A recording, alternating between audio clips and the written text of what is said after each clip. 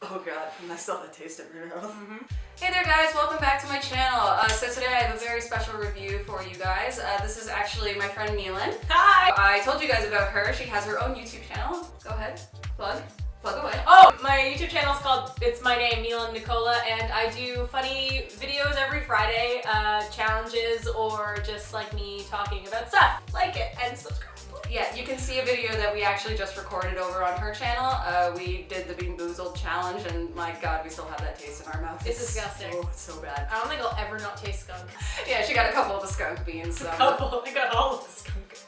The only other option was it's either skunk or licorice. Like, And I hate both. So. Yeah, they're both bad flavors. Lose, So. lose. But today what we're doing is we're doing a movie review of Crimson Peak. This was a movie that we saw in IMAX on its opening night, Thursday night, and we went with a group of friends. And we were actually fairly divided between us. It was very strange. I'd say like half of us were like, oh, that was really entertaining and we enjoyed it and we thought it was a relatively good movie. And then you and Paul were like adamant about like, it was entertaining, don't get us wrong, but it was bad. It wasn't that it was like a bad story. It's just that it was so predictable from start to finish. It was almost as if it was like seeing a 15-year-old girl's fan fiction about like her. Which is what we were saying during the movie. Exactly, about her and Tom Hiddleston getting together, and this was the universe that she had created, and it was just so cheese. Oh god, I forget the characters' names actually. I'm totally blanking on them. The only one I remember is Tom Hiddleston's character, who was like Thomas Sharp. It was Lucille and Thomas. and then the girl's name was Betty. It wasn't Edith, because Edith was the one that... No, Edith, it's Edith. Was it? Yes. No, it wasn't. Was it Edith? It was Edith. It was Edith. Edith Cushing. Okay. Yeah. Okay. So it was Edith. Yes. So the basic plot of the movie is we're following a female character named Edith who is the single, young, up-and-coming novelist. Ingenue in the Victorian era in Buffalo, New York. And she gets sort of swept off her feet by Tom Hiddleston's character, Thomas Sharp. And it's basically this very quick whirlwind romance. Very quick. Very quick. Like literally 2 days. Literally. 2 or 3 days. They never made it clear in the film how long it had been though, had they? It couldn't have been very long. It couldn't have been more than a week that they knew each other. We just met to him basically breaking her heart and then immediately falling in love after. He comes to New York to try and get like a business startup with her father, who immediately has a negative reaction to Tom Hiddleston's character. He's like, I don't like this kid, I don't think he's good for you, and whatever, basically bribes him to leave because he finds out some dark, mysterious stuff about his past. So he basically tries to get Tom Hiddleston and his sister Jessica Chastain to leave and to never come back and to break his daughter's heart, literally. Yeah. He says, I want you to break her heart in the worst way possible. And then the father gets killed, and then Tom Hiddleston basically runs back to Edith saying like, I love you with all my heart, and then whisks her away to London, marrying her. And then there's all the crazy like spoilers, ghosts. By the way, spoilers. Well, yes, we're going into spoilers, but generally people know that this is a horror movie. Well, horror. We're gonna talk. Don't worry. We're gonna talk about that. Yeah. Then it goes into like the ghost story aspect of it, like the haunting, and then there's also like the really twisted shit that Tom Hiddleston's character and Jessica Chastain's character gets into. Yeah. That's the basic plot of the movie. I don't know how else more you can really go into it. There's no more. It's a young girl. It's a girl with a troubled past meets a guy who also has a strange past, and then they have a connection. I guess the reason I really liked the movie though was because like they start off with the idea, like the very first thing we're introduced to is her character pretty much at the end of the movie, like with blood on her hands, and there's this beautiful like white backdrop, and she's against like the snow, and her hair's white, her outfit's white, and she's just got this stark red hand on her, and she basically says, ghosts are real, this much I know. Honestly, that's a great lead-in. They say in books and in movies, you need like at least the first minute of the film has to catch the audience, and that was very catching. Oh yeah. And it's a plot device that they use to put the last scene of the film in the beginning to catch you. Because you're like, what happened to her? Yeah. Because you really wonder like how the hell does it go from the whirlwind romance aspect at the beginning of the movie to like this absolute shit show. That first scene was a really good entrance into us being like, this is gonna be a horror movie. And then it wasn't. So getting into that, a lot of people watching the trailer, and I think you guys had this too, and the thing is I didn't watch the trailer nearly as much as a lot of other people did. I basically... It was all over TV. I don't watch TV. Oh. I don't watch TV, Yeah, so it's like- like, okay, I watch YouTube, a lot of YouTube. I watched the trailer, I think, once, and I got the general gist that it was a horror genre film, but I didn't know a lot about it going in. All I knew was that Tom Hiddleston was in it, it was Guillermo del Toro, Yeah. and I'm like, it had something to do with the horror genre, Yeah. I'm there. Like, I was there 100% for there. Guillermo because I loved Pan's Labyrinth and I love his work. Like I love Pacific Rim, and I was like, this is gonna be amazing. Yeah, I guess that's why, like, I didn't have as much of an expectation going in that it was going to be a very strict horror movie. And so going into it, it actually turns out that the movie is far more a gothic fairy tale, which is totally within the realm of what Guillermo del Toro normally does. Yes. That is his bread and butter. That's totally his thing. And so I think, honestly, it's the expectation and the trailers that kind of ruined a lot Yeah. of people's perception of the movie. So if you go into it with the attitude that this is supposed to be gothic and more hyperbolized reality, I think you're going to enjoy it a lot more rather than if you're just expecting a gore fest and like straight up horror and disturbance. See, I wasn't expecting like a gore fest or a straight up horror. I was expecting something a bit more along the lines of Pan's Labyrinth, which was given to us as like a thriller. Mhm. It was a thriller horror, and when you're watching it, like the story is so good. Like the horror aspects and the thriller aspects and the otherworldly aspects of it. They sort of, you barely notice that things like this couldn't possibly exist in our reality because it was such a good story. Like he wove such a great story. So that's why I wasn't bothered really by the fact that it wasn't a horror. I was bothered by the fact that in the trailer he didn't really mention the romance at all, and it's like it could have been something like, oh, girl meets boy, and then what a twist. It's like this. Mention and evil and ghosts and things like that. Like that would be great. Yeah. But it was more like she was seduced by these two people to come live with them, and then horror mention. And then I was like, ooh, I didn't even know there was gonna be a romance. I think the beginning of the movie actually gives us a big clue as to how that plays out in the movie because, and I said this immediately after the movie, and I said it during the movie too. It was the fact that Edith's character is an upcoming novelist, and she wrote this manuscript that as people are reading it, they're constantly listing out details that they're noticing as they're reading it. And one of the descriptions is that, oh, it's a ghost story. And she's like, well, it's a story with a ghost in it, which I would describe the movie as. The movie is a story that has a ghost in it. Yeah. The ghost isn't necessarily the absolute main driving point of the film. Tom Hiddleston's character talks about the sentimental romance, how there's like chapters of like intense plot and dialogue, and then there's also like the sentimentality aspects, which there is in this movie. There's huge chunks of this movie where there's a huge sentimental romantic bullshit that like... Exactly. But the thing is, that's kind of the reason why I like it. I like the fact that it feels like they're completely subverting a genre that has absolutely taken over the world the last few years, especially with books like Twilight and 50 Shades of Grey, where the sentimental romance. It's all sentimental romantic bullshit that ultimately is supernatural sentimental romance. Yeah. Exactly, and I think they're trying to basically turn that completely on its head and be like, look, you don't want to be naive when you get into relationships like that, and you don't want to be like you have, for the most part, you have to be reasonably careful, and you're doing it with a character who's grown up fairly naive and who has only read about romance in her novels, and she's never really experienced it.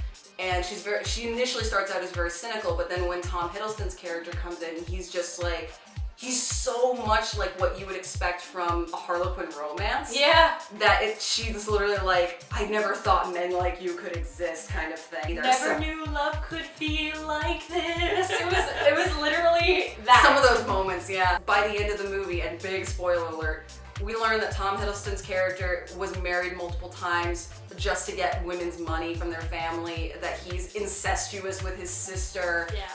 And even to an extent, you don't really know 100% where Tom Hiddleston's character stands throughout the movie. His character was really like wishy-washy. It was very... I don't think it's wishy-washy. I think that's actually really dynamic because they initially go into the situation thinking, well, we're just doing this because we want the money, and he only cares about his sister. And then by the end of it, he realizes, I actually really like this girl and I don't want to destroy her. I felt that from the beginning though. Like there was no progression in his character. From the beginning he was like, this girl is different, I like her. But you never really saw that he was protective of his sister. His sister was the one that was hanging on to their relationship. Because she's the one who's psychotic crazy. Exactly. But like, what I would have liked is that from the beginning, if he had like a bit more closeness with his sister, like not necessarily so the audience was like, oh, they're incestuous, but so the people, when at the end when you find out that they're incestuous, then you're like, oh, that's why he was standing beside her at this moment, or that's why he put his hand on her shoulder. I thought they did a good job of that though, because like they make those connections. Like when he first brings Edith to that ball thing, where we're first introduced to Lucille's character,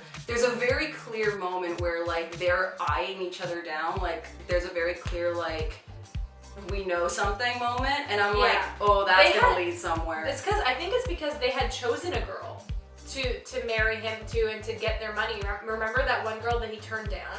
They had chosen her because she came for money, and then he was just like, no, I'm gonna go with Edith. Yeah. That's why they were eyeing each other at the ball. Right. Because she was like, what are you doing? We chose this one, and he's just like, no, I'm gonna go with this one.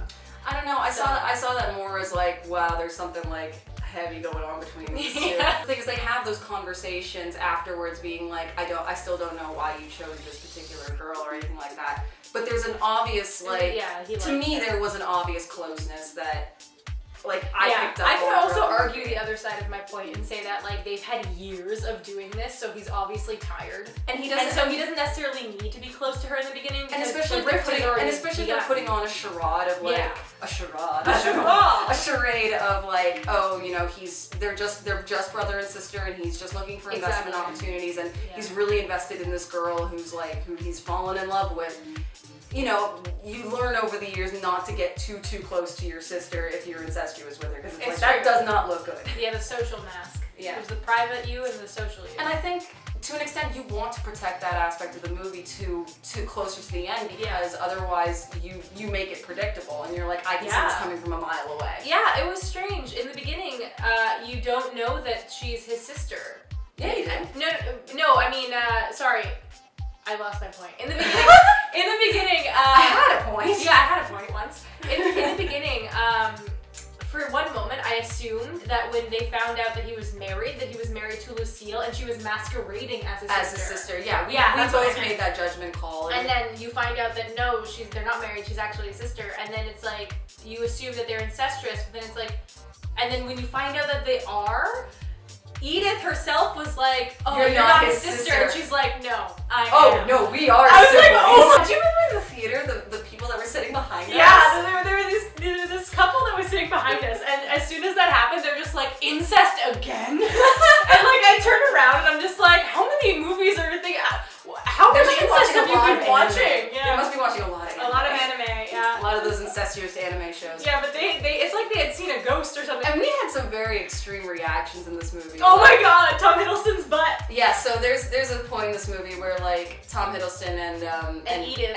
Well, I want to keep saying the actress' Thomas name. and Edith are having like an intimate moment. Yes. They're having sex, and out of nowhere, she just like grips his trousers and like de-pantses him. Pulls it down. It and was like Tom Hiddleston ass. But it was surprise ass. And then me and Karen had the same knee-jerk reaction where literally our leg went up and we're like, ah! But it's not like we didn't want to see it. We wanted to see it, but it was like a shock to us. So we were like, I want it, but I don't know. As female moviegoers, like there's, you know, we have movies like, you know, Magic Mike and all these kinds of things where it's like that's explicitly like porn for women in movies. We didn't expect it. But this one, I was flat out not expecting. But also, it's strange because whenever there's like a film or something and like a woman when she's being harassed and they like pull down her thing, I never react strangely to that. I'm always just like, yep, that's normal. Because which says something about the movie industry. Like women are like exposed so easily and it's normal. Just for a plot. So that when men are exposed, when you see like a penis or when you see like a man's bottom, like you're just like, oh my god, like you're not used to it. Yeah, because there's also this idea that like the female body is something that should be admired and is considered more beautiful. So that's why it should be showcased, but also to the extent of like that's why people are okay with lesbians being together, but they're not okay with gay men being together in media.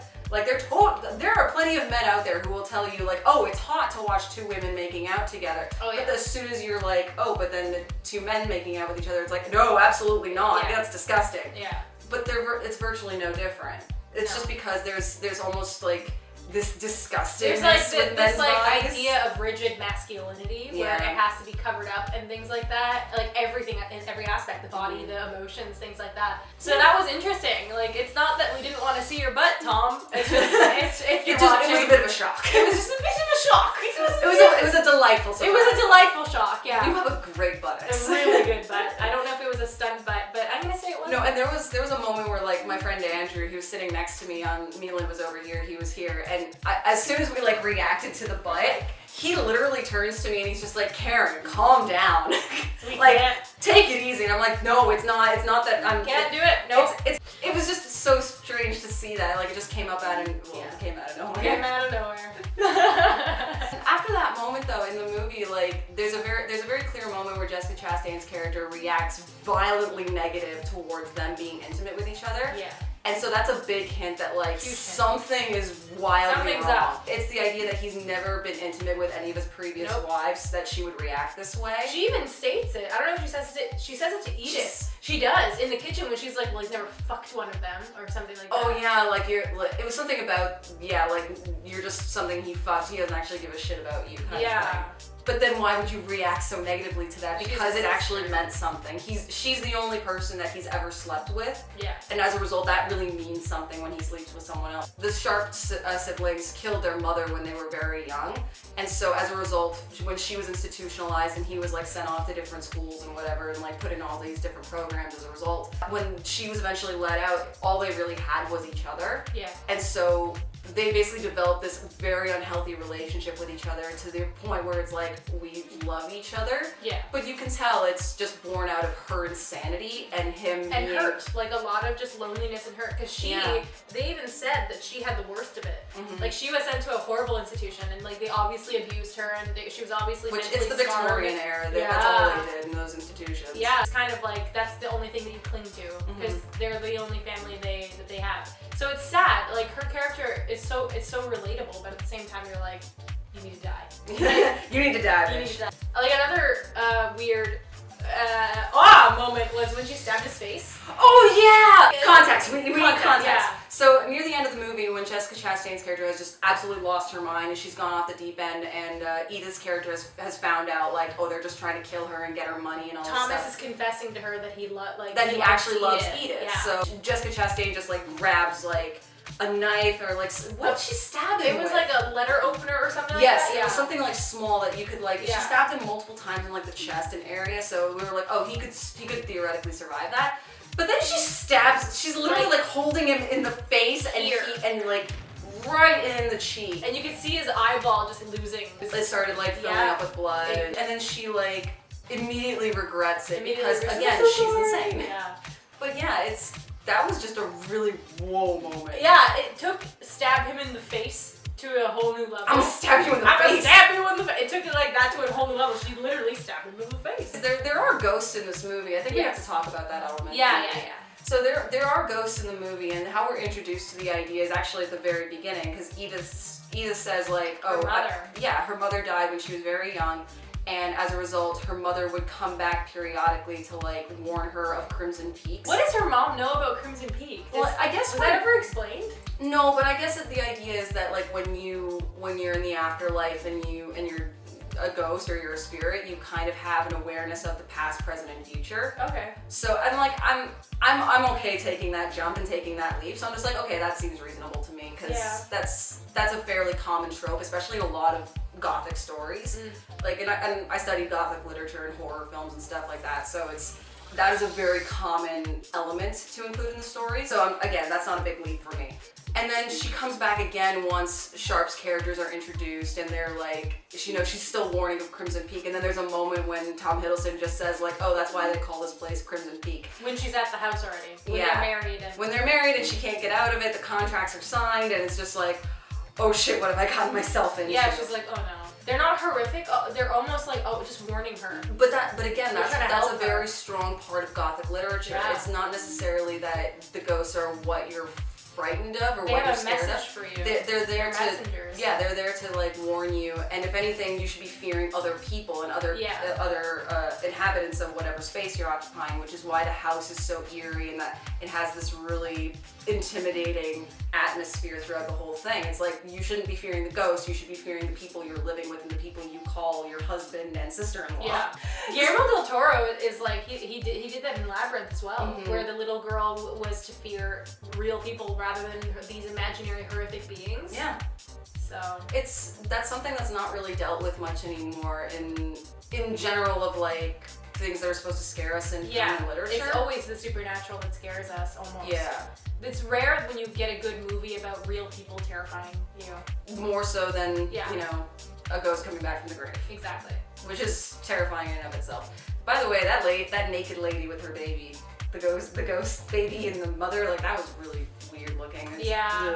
Well, I remember you made the comment too, like white people. Yeah. Okay, no, but this is the reason I was like, fucking white people. It was because the entire movie, Edith, is way too calm. Like, she's in the mansion and she sees this ghost in the floor, like crawling to her, and she's like, oh. And she like backs away gently, and I'm like, at that point, And she turns her back to it. At that point, I would have been like, ah! And like, And then I'm out. I would have laid down and died. I would have just laid there and died, or I would have booked it. When her friend came to save her, Yes. I was like, thank goodness. And I really wanted him to stop being polite to them and just like grab her and run.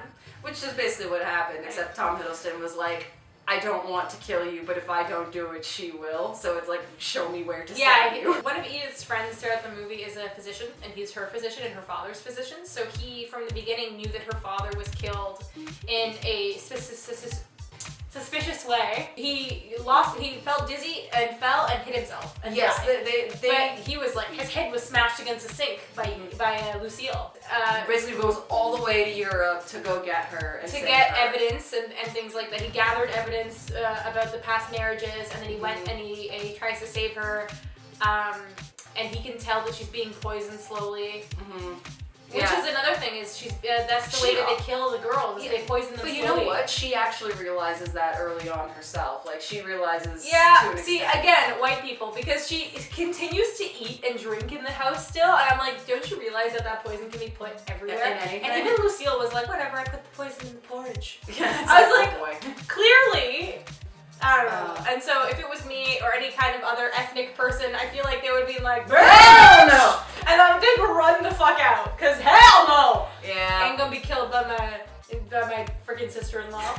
Fucking ghosts and shit. Yeah, but again, I think it's the expectation is different in that particular form of storytelling. Also, in that era, you have more propriety and like you have more shame, and you need to like be more. Just control it. Yeah. Especially because like the moment she does actually start talking about it, what? My phone vibrated. It scared me.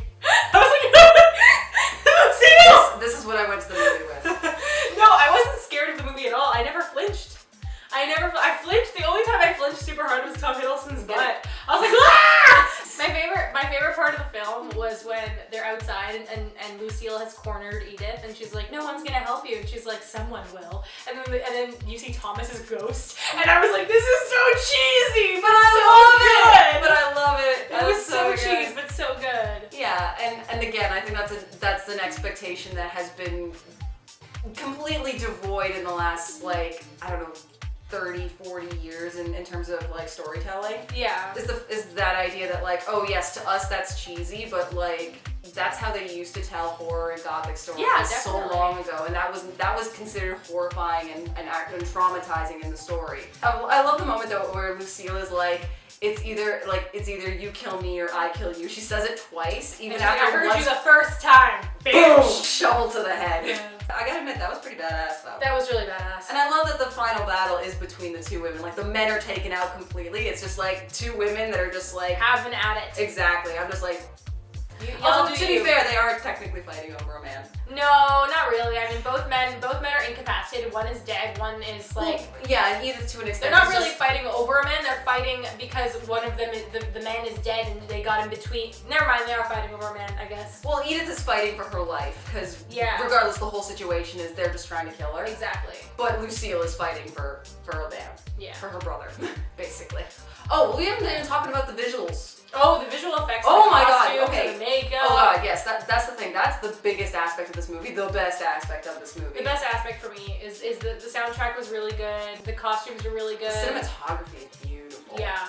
The way things are set up and the color direction of the movie. Like, there's such a huge contrast between the yellowish light that they have from the candlelight to like the really deep blue shadows. And there's such a lovely difference. The red for the the vibrant ghosts and, reds. like, oh God, they're it was so pretty. I think that's what this movie's main acknowledgement. The aesthetic is amazing. Which Guillermo del Toro is very good So at. good, so good. That's his. I think that's his strongest point. Yeah, he's a visual effects artist. Yeah, that's how he started out, and that I think is his visual storytelling is the best aspect. Yeah. Because I think the house itself and the elements of the way that characters are dressed, the sets are dressed, and the way the atmosphere overall feels informs an audience far more than dialogue would. Yeah. I would have been so angry if we didn't talk about that. Yeah, that was my favorite part of the film. Overall, the movie was it was entertaining for me. I don't think I'd see it again in theaters. Like, I'd watch it when it comes out again. I'll probably buy it on Blu-ray. Out of like 10 stars, I'd give it 5 because I like it was entertaining. But I give it higher than that. I give it like a 7. Yeah, it was entertaining. It's just for me, as an actor, I'm always looking for like, not the easy way out, you know what I mean? And like the story was a very simple, basic storytelling format. Boy meets girl, they fall in love, there's conflict resolution. So it was very like linear for me, and I wanted more. I wanted more. You want something that was a little more complex. I wanted a more complicated story because I was so used to Guillermo del Toro's Pan's Labyrinth was such a complicated. It wasn't complicated, but it was like it was so.